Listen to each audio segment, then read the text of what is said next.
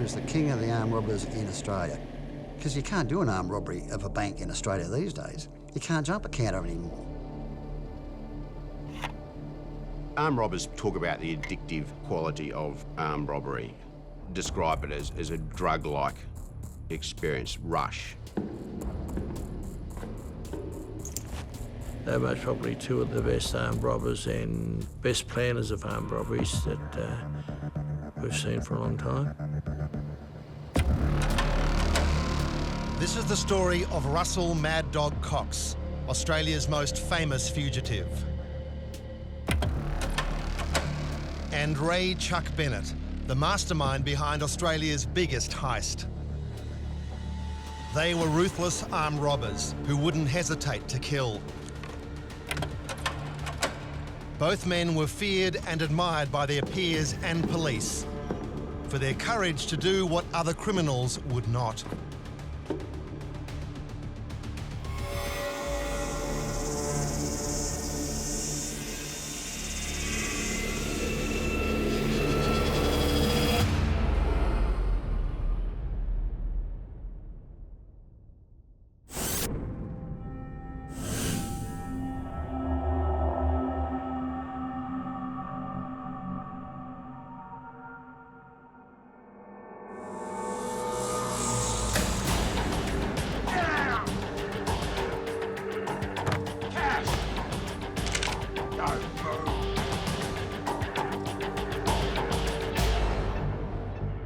In this episode of Suburban Gangsters, we explore the life and crimes of armed robbers Russell Cox and Ray Bennett. The police called Cox Mad Dog because he'd shoot at anyone who disturbed him during a heist. But fellow crims knew him as the Fox after he escaped from a maximum security prison. He evaded police for 11 years. Bennett escaped from an English prison, returned home, and then pulled off the greatest stick-up in Australian history, worth an estimated $90 million in today's money. Ray Bennett feared no one, but met his match in Brian Murphy, one of Melbourne's toughest cops of the day, and the two men became mortal enemies. That day I interviewed him. He said to me at the time, when I was going through the interview, he said, "I'm going to tell you something." He said, "At my time, the time of my making, in the place where I want to, I'm going to blow your fucking head off. You're nothing but a cunt, and that's it." I said, "Well, fair enough." I said, "It started now." He said, "No, it'll be when I'm fucking ready." Raymond Patrick Bennett was born into a poor family in Chiltern, country Victoria, in 1949. He was a kid that wasn't sure where his next meal would come from. His family and he would be kicked out of home and they would effectively be homeless for a short period of time. That's a husband, a wife and 3 children living on the streets for a day or so. Ray's uncle, who was a painter and docker, would give them some money to get them back on their feet. The Painters and Dockers Union was the gateway to crime in Melbourne. Many of the membership were honest workers, but the union also welcomed crooks into its ranks. Hard men whose trades were extortion, robbery and murder. Since World War II, it got more and more corrupt. Part of the reason it got more corrupt was that Pentridge released prisoners, people that got out of Pentridge, couldn't find a job anywhere else, but they could always find one on the docks. They would employ ex-crims. No other institution in Australia would employ ex-crims. So they were known as people who were being prepared to sort of hire someone who had been in jail before. Your record didn't work against you. So therefore they had this incredible reputation of being almost a criminal organisation. In 1963, naive and fresh from the country, Ray Bennett got a job on the docks through his uncle. He became a painter and docker at 14 and he was moving around with some of the most significant criminals in Melbourne at the time.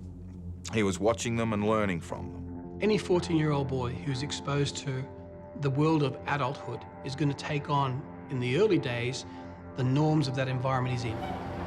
Being in the Painters and Dockers Union at that age would have been very strongly influenced by the environment of being in a group of adults who could do what they wanted to, take what they wanted, and smuggle whole containers off the docks. As the new kid on the dock, it was Bennett's job to punch the work tickets of senior union members so they'd get paid for work they didn't do. It was part of an elaborate dockers scam called ghosting. Ghosting, in waterfront language, means collecting pay packets for men who haven't worked. According to the bulletin, there are twice as many pay packets as painters and dockers. By age 19, Bennett had amassed convictions for stealing, housebreaking, receiving stolen goods and safe-breaking. In his own way, he was the mastermind criminal. He was frightened of nothing. He knew more than the old blokes that had schooled him. And as far as he was concerned, he was number one. And a lot of blokes that worked for him, worked with him and admired him, believed that he was. Age 20, Bennett met the love of his life, Gail Petrie. Young and madly in love, Gail had no idea of Ray's criminal history. When a woman marries a man who is a serious criminal, it's often the way that they would prefer not to know. In Gail's circumstance, it only became known to her after they married. So there's love there, and there's this very strong bond. She's not going to judge her husband for what he does from that point. Well, he started taking on, you know, banks and armoured cars and safes and all this kind of stuff. So he wasn't frightened to point a gun at somebody. He wasn't frightened to kill. He wasn't frightened of police.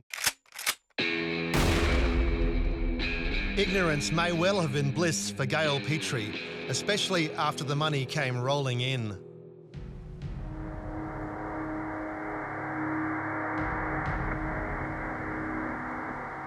When violence broke out amongst the painters and dockers, Ray Bennett decided to try his luck in England. He was introduced to the Kangaroo Gang, a group of Australian thieves working in London. They were masters of distraction and cleaned out luxury stores in broad daylight. But Bennett was never a shoplifter. Ray Chuck Bennett was an armed robber. Shoplifting is a kind of whole different scenario. It's not about violence, not about guns. He was robbing houses with a guy called Brian O'Callaghan, who was in fact a sort of member of the Kangaroo Gang. But they were caught and they served some time on the Isle of Wight.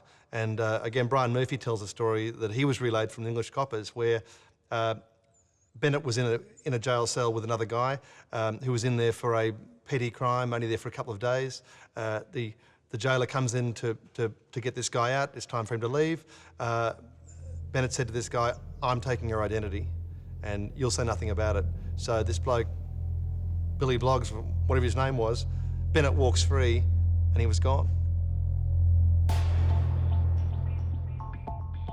When he arrived back into Australia's criminal underworld, he was no longer a rookie. As soon as the people who he used to look up to regard him as being almost an equal, as soon as they start deferring to him, asking for his advice and his information, he would have seen himself as being on the same footing as them. It's not about the apprentice becoming the master. It's about other masters recognise the apprentice as having graduated to their level. It would not be long before Bennett pulled off the impossible. A heist that would become known as the Great Bookie Robbery.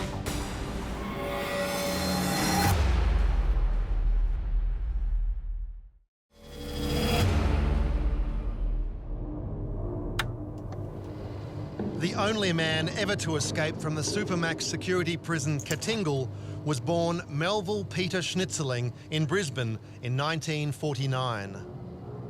He was a man of many names. His family called him Timmy, and when he became a career criminal, he changed his name to Russell Cox. He was highly intelligent, but that intellect was used on crime from an early age. Like most professional criminals, Cox comes from a background of juvenile crime. Mark Reed tells a story which may well be apocryphal, that Cox's life of crime began when he was about 10, when he'd won a raffle, the prize for which was a bicycle. Cox had not been present for the draw of this raffle and had therefore been denied the prize, and in some sort of misguided retaliation had stolen himself a bicycle. Certainly court records show that Cox was before Ashfield Children's Court, age 11, for stealing 3 bicycles. Schnitzeling came to notice for his losses, not his wins, with convictions for assault and car theft. Like Bennett, he had an appetite for risk, but he was impetuous and defiant. A year later, he was committed to an institution until he was 18. He has spent the majority of his childhood in boys' homes. Inside the boys' home, Cox developed his violent nature. I suspect that Russell Cox was brutalised, was punished. I suspect he had a very difficult, rather challenging childhood, and he defended himself with the means he had at his disposal. I suspect he dealt with a system that was unforgiving towards him, and I felt he probably defended himself with those skills that he had. He graduated from boys' homes to jail, doing his first 3-month stretch at the age of 18. He was still a petty crook, but he was getting hooked on the thrill that crime brought. Personalities of people who get involved in crime, quite often what they are is we call them sensation-seeking or risk-taking. They have low levels of natural arousal, and what they need is something that's going to give them a buzz.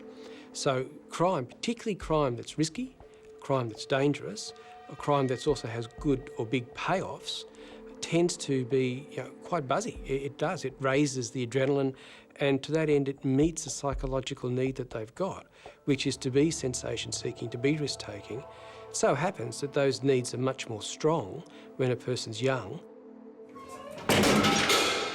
At the age of 24, he received a 4-year jail sentence for break and entering. To this point, Melville Peter Timmy Schnitzeling was a failure as a crook. But in jail, his education rapidly progressed. He emerged from prison with a new name, Russell Cox, and a new trade, armed robbery.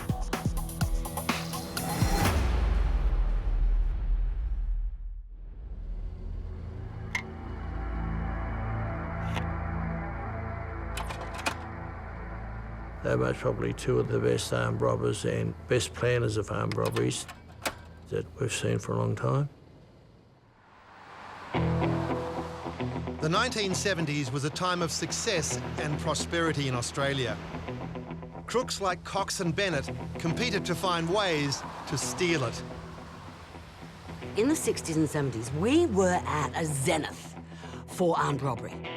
I think the 70s was the biggest armed robbery decade in the whole of Australia.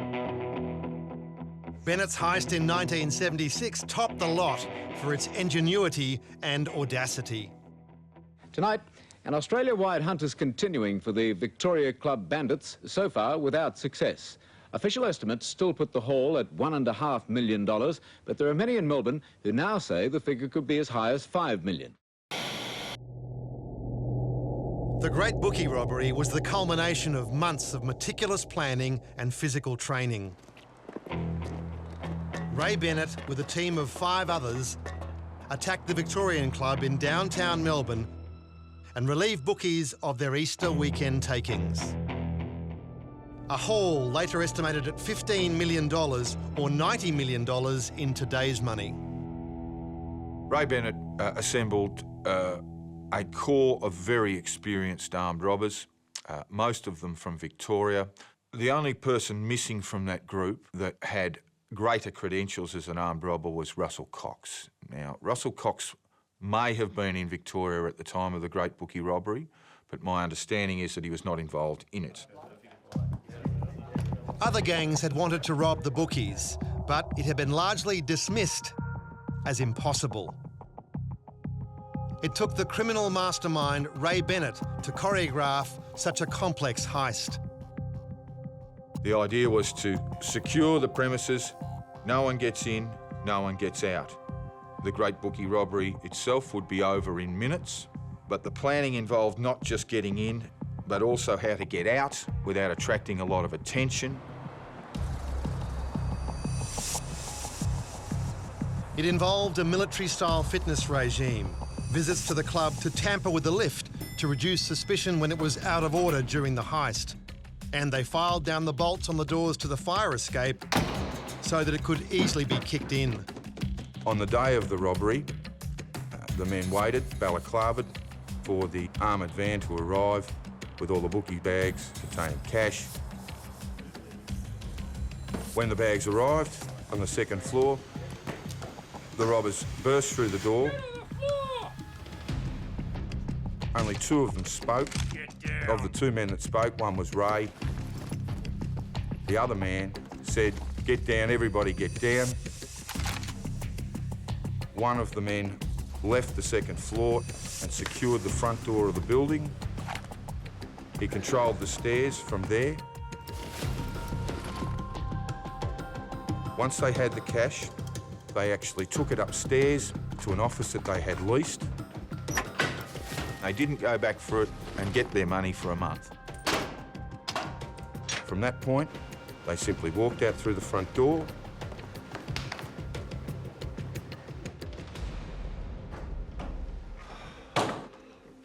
And all six men joined up later that day for lunch in a pub in South Melbourne to celebrate their success.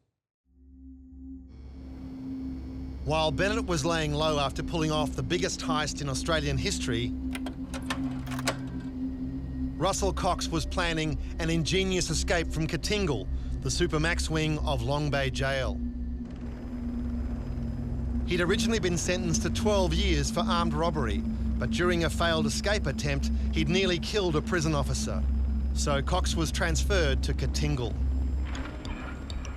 Cox, being such a high security risk after the hostage taking of the prison officer, was domiciled in Katingal, which was the high security wing for the state's most dangerous criminals.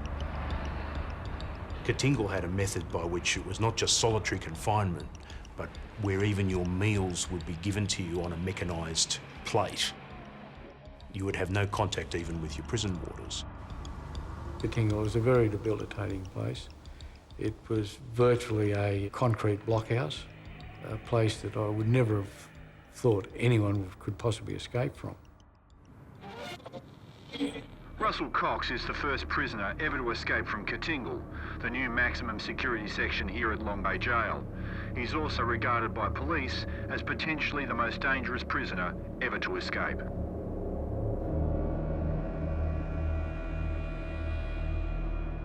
Cox was a fitness fanatic. He used to regularly train in the backyard of the exercise yard of the jail, and part of his training regime was to do pull-ups on the overhead bars. Ron Woodham was working at Long Bay as a guard at the time. Russell Cox smuggled a small piece of hacksaw blade in a belt when he was out on escort. At court, he was given the belt and he swapped belts. He'd climb up the grill work there and do chin-ups on the bars on the roof. Just take the blade out for a couple of saw cuts every day, put it back and just exercise. You've got to give him credit because he was able to climb up, hang on by one arm, saw with the other, and do a little bit of sawing each day. When he finally got that bar cut through, he was able to escape. Once onto the roof, Cox is scarpered over that, jumps over the edge of the concrete bunker, runs a short distance to a wire fence, scales that, runs another short distance, scales another fence, and then he's had a couple of 100 metres to run to the brick perimeter wall around Long Bay, over that, and then he's off.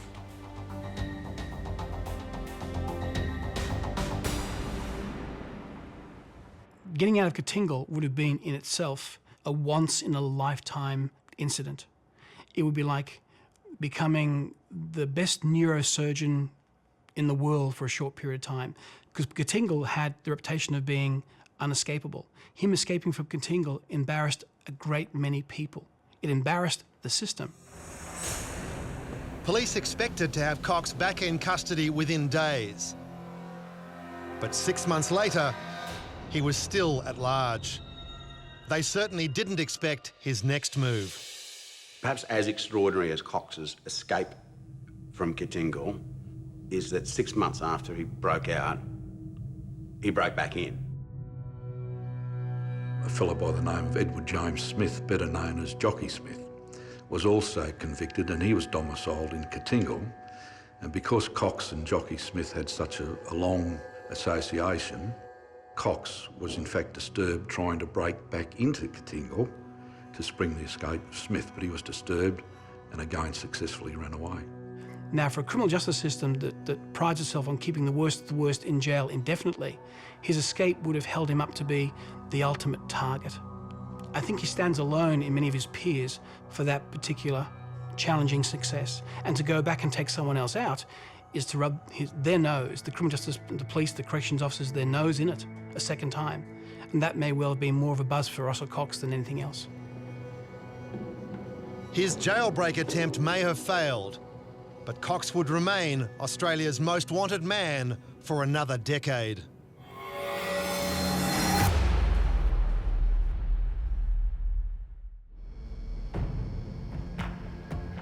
In 1976, Ray Bennett, one of Australia's best armed robbers, pulled off the Great Bookie robbery, worth an estimated $90 million in today's money. I imagine part of him is thinking, I've done a pretty good day's work today. It was a bigger haul than we thought it was going to be, and therefore it was very successful. The other part of him is thinking, well, now I've put my hand up as being the biggest person around today. There are going to be plenty of people coming to chop me. Any part of that amount of money would have been an attractive bait for anyone, because once he'd obtained the money, it would have been easier for them to steal it from him than to steal it from the original source of where the funds were stored. The huge prize was expected to attract the attention of the infamous toe cutter gang. They were renowned for persuading armed robbers to hand over their loot, sometimes by lopping off toes or applying a blowtorch. Now, they were a rough bunch of guys linked to the IRA, but they looked at Ray Bennett and his gang in Melbourne and they decided that that was a war they would rather not fight. So the toe cutters stayed away, and to the degree that Ray Bennett was extorted or had money extorted from him rests essentially with Les and Brian Kane. The Kane brothers were members of the Painters and Dockers Union and had ferocious reputations. The two of them would always front up, collect money, and they used to show a lot of violence. And they'd jump all over your head, you know, to collect $300 or $400, you know, and they used to break your legs and break your arms and lots of stuff and put holes in you. And they were very violent people. There was a lot of money splashed around, and you see, this is what irked the Kanes. They wanted a bit of the pie, and they were going to try and use the tactics that the toe cutters in Sydney used, but they didn't have the dash. The bad blood began in a suburban hotel. During a brawl, a Bennett gang member bit off part of Brian Kane's ear. In retaliation, Les Kane declared war and threatened Bennett's family. There were a number of rules being broken at the time. The main rule is that you don't involve families. But when Les Kane had threatened Ray Bennett's family, Ray Bennett thought, well, OK, the gloves are off. Bennett decided a preemptive surprise attack on Les Kane would solve his problems. Police say Leslie Kane, a former painter and docker, was murdered in his Swan-Turner home, but his body was never found. 3 men were charged with Leslie Kane's murder: Lawrence Prendergast, Vincent Mickelson, and this man, Raymond Chuck Bennett. There are a couple of different versions of this. That the gang had actually infiltrated into Kane's house. They had watched Les Kane come in. They watched him as he put his gun in the medicine cabinet, ready to have a shower or something. They leapt out, grabbed him, shot him with several automatic weapons. His wife and kids were on hand at the time. The gang bundled his body into the back of his own Ford, and Les nor the car were ever seen again. The fact that they did it in front of his wife and kids was, you just couldn't forgive that kind of thing. From that time on, villains' houses weren't safe, nor were anybody else's houses. Killing Kane in front of his family would have dotted the I's and crossed the T's. It means that I'm not afraid to butcher you in front of your loved ones. It was an execution, and it was a public execution. There's nothing more public than doing it in front of someone's family.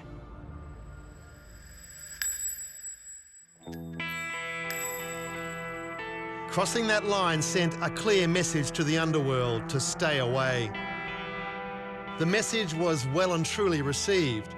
The loot was safe, but for Bennett, it wasn't enough. There's some blokes today won't do an armed robbery under $1 million.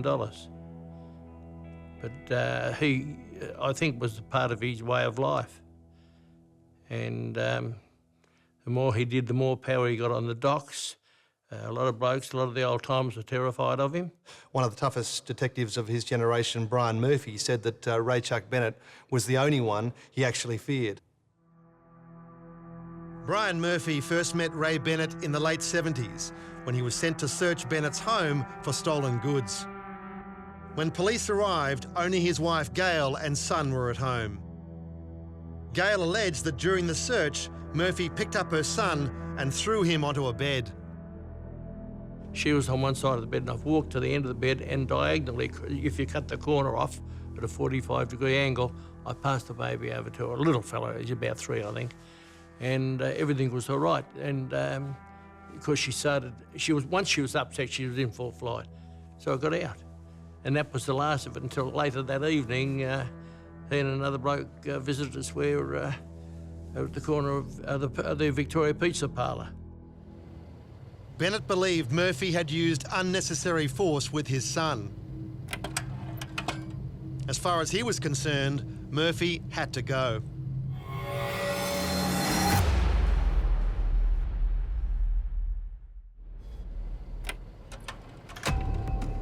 In November 1977, Russell Mad Dog Cox did the impossible and escaped from Katingal, the Supermax wing of Long Bay Jail.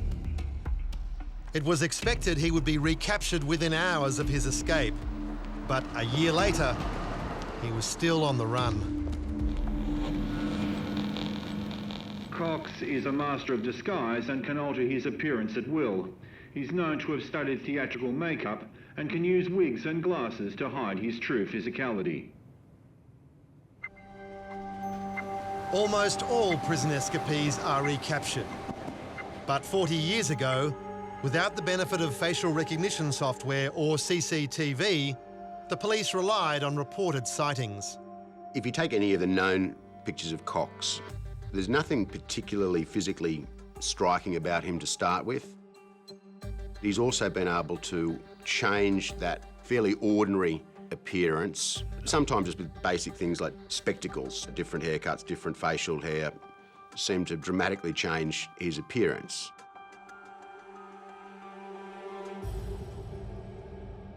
Hiding in plain sight allowed Cox to live a relatively normal life and to fall in love with Ray Bennett's sister-in-law, Helen Dean. She was a respectable nurse who knew nothing of Cox's criminal endeavours. When she found out, she decided to stay with him and embraced a life on the run. Despite being wanted by the police in at least 3 states, Cox has described his life on the run as being relatively normal. He's in a stable relationship, he's in some-time employment, he's also robbing banks. He's probably on the dole.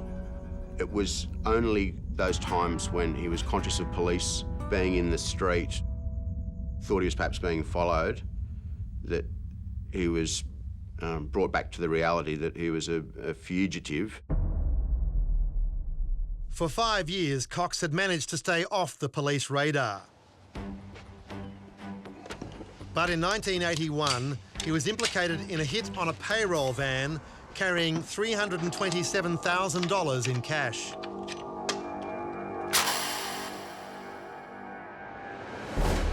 It wasn't long before New South Wales police received a credible lead. Roger Rogerson is now a convicted murderer, but then he was part of a crew of detectives on Cox's trail.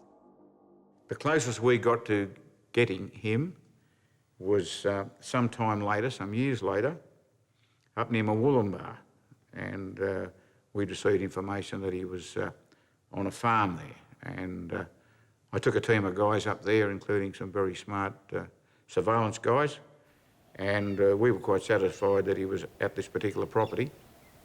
We liaised with the local police over that night and the next morning. Now, whether someone amongst those other police officers said something stupidly and someone picked it up in the town, by the time he got out of that farm, he was no longer there. Cox and Dean escaped to the quiet suburb of Mount Martha in Melbourne's southeast. January 1983, Cox turns up at Mount Martha, a house occupied by Ian Carroll, former great bookie robber and very serious crim. Dean's brother-in-law, Ray Bennett, had introduced them years earlier. For a while, the two wanted armed robbers lived under the same roof, but eventually they turned their guns on each other. Russell Cox made headlines in 1977 by becoming the only man ever to escape from the supposedly escape-proof Katingal High Security Unit at Long Bay Jail.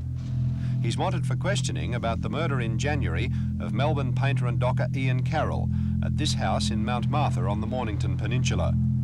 A large cache of weapons was found at the house, one of the biggest illegal gun hauls ever made in Victoria. During the gunfight, Cox had been shot in the thigh, but he and Dean were long gone when police arrived. Helen Dean was a trained nurse and was apparently able to go above and beyond those skills, removing the bullet in Cox's leg, providing him with all of the treatment he needed. Apparently he was up and literally running the next day. But Cox's charmed life on the run was about to come to an end.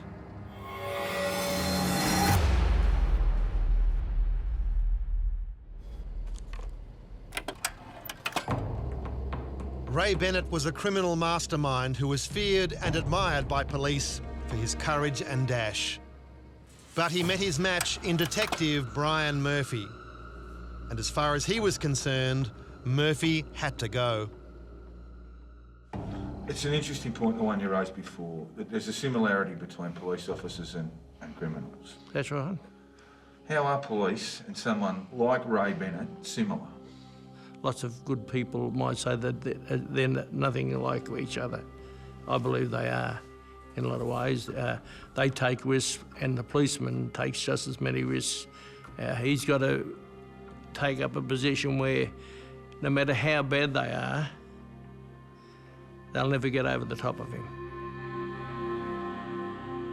Ray Bennett was the only criminal to test Murphy's nerve to the limit. Bennett believed Murphy had hurt his son during a police raid on his home, and for that, Murphy would die. That Friday night, myself and several other detectives went over to have a pizza at West Melbourne. We were met by Bennett and another friend of his, who was well known to me, and Bennett opened the conversation. He's still throwing little babies across bedrooms. And I said, I don't know what you're talking about. He said, you fucking do know what I'm talking about. I said, well, if you think that, you can get fucked because I haven't done it. One word led to another, and he and his mate took off. I said to my mate, have you got your gun on you? He said, no. I said, well, I haven't got mine. You go back and get it. And I just had a bad feeling about it. He hopped in the car and brought our guns back. I said, listen, if they throw a grenade or some explosive through that bloody window, we're all gone. I said, I'm not sitting in here. So I went outside. I was standing at the front, and he pulled up with another guy, and they flipped the boot open, and Chuck produced a pump-action shotgun. Well, as that took place, there's a half a dozen fellows walked around from the market and came into the pizza parlour, which buggered up his view. You could see he was furious. He knew that too many witnesses there. and he slammed the boot of the car down and they took off. That precipitated a huge feud between you two. See, it did. It started a war between he and I of his making. I believe that hatred of the police and hatred that he'd been not outsmarted, but he wasn't able to accomplish what he wanted to do on that night. 2 days later, Bennett and his wife were brought in for questioning over the incident. When officers left the room, Bennett was overheard asking his wife to destroy evidence. When they're in the interview room, he asked her, have you still got the receipt for that shotgun that he bought, in fact, to kill me? He could have picked up, he would have had shotguns and everything, but it was part of the bloke's makeup. He had to have a special gun to kill me for what I'd done to his kid. And she said, no, I got him a bra. He said, well, you tell him what you want to go to the toilet. When you go to the toilet, flush it away, well, because he was on tape. And so they recovered that receipt, which made me feel a lot better. In what would be the last time the two men would speak, the Skull took the chair opposite his adversary. There were other policemen around, but I was to interview him. The conversation was that he was, he didn't give a stuff. One way or another, he would kill me, he would do it himself, and I'd never get over the top of him. And I said, well, I got the same feeling about you. I said, if I get in first, you'd have had it.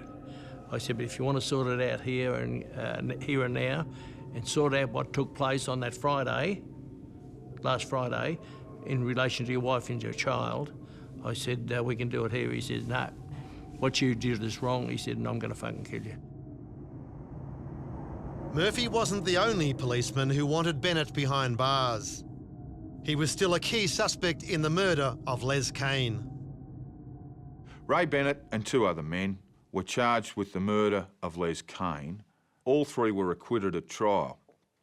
The other two men went into hiding. They were released onto the streets. But Ray Bennett had an outstanding matter, an armed payroll, and he was remanded.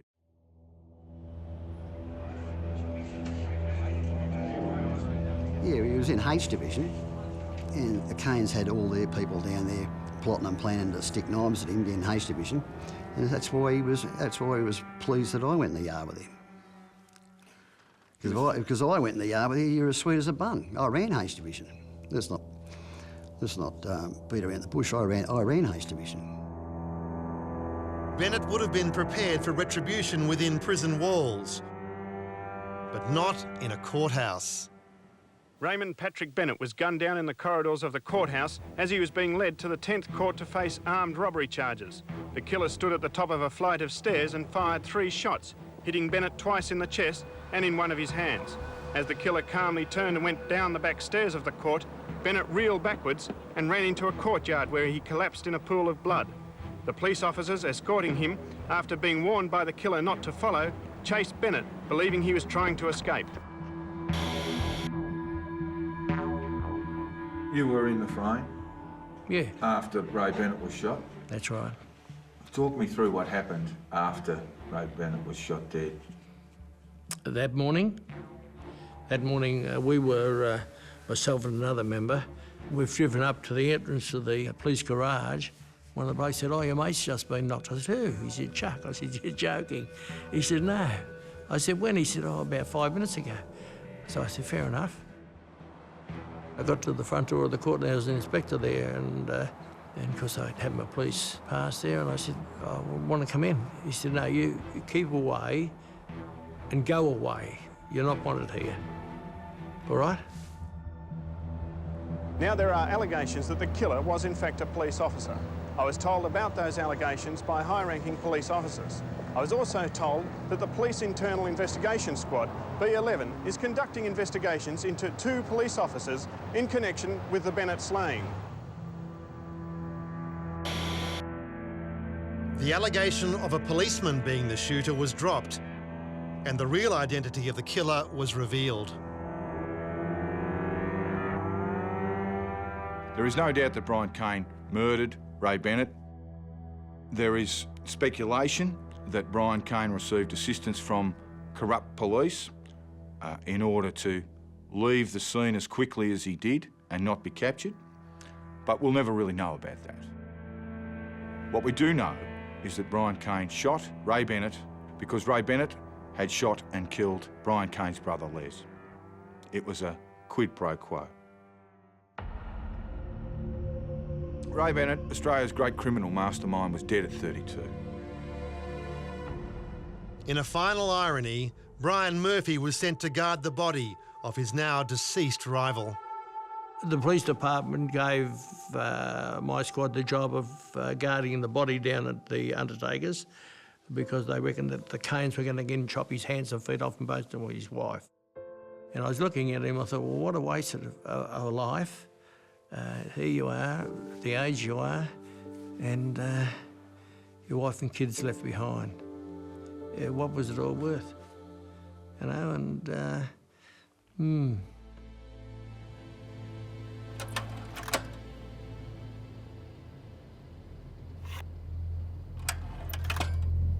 Russell Cox and his partner Helen Dean mourned the loss of their brother-in-law. Bennett's death would not go unpunished. Two armed men wearing balaclavas entered the Quarry Hotel and shot painter and docker Brian Kane twice, once in the head and chest. He was rushed to hospital but died shortly afterwards. The chief suspect, although never charged, was Russell Cox.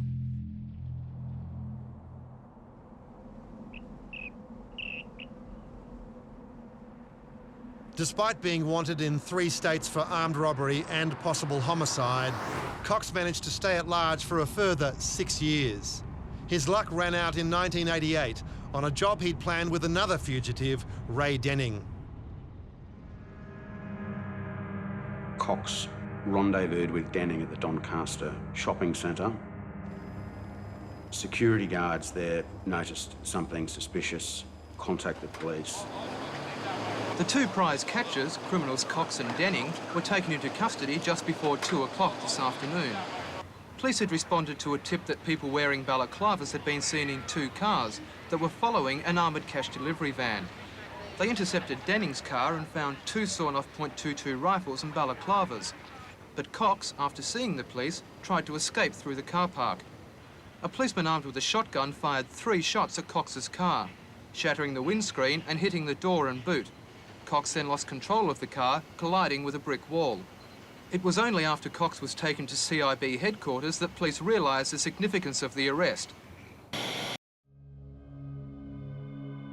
The armed robbery squad turned up, realised that Denning was in the car park, but initially had no idea that they also had a far bigger fish. One can imagine the excitement. This was Australia's most wanted man. There's really no doubt about that. Cox was charged with a series of armed robberies, but he was acquitted for the murder of Ian Carroll, as it could not be proved who fired the first shot. Cox received a sentence of 29 years and 4 months. From Cox's arrest in 1988 until his eventual parole, he appears to have been the classic model prisoner. He's decided that he's going to have to do this time.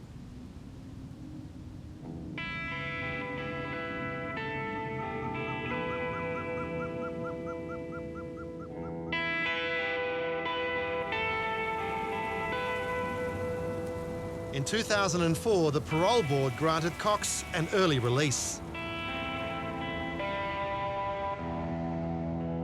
Before Cox left prison, he said that he wanted to live a quiet life, that his days of criminality were well and truly behind him. There's plenty of evidence to suggest that that is indeed what he intended and intends to do. Since his release, Russell Cox has stayed on the police radar, but seems to be living a quiet life with his partner, Helen Dean.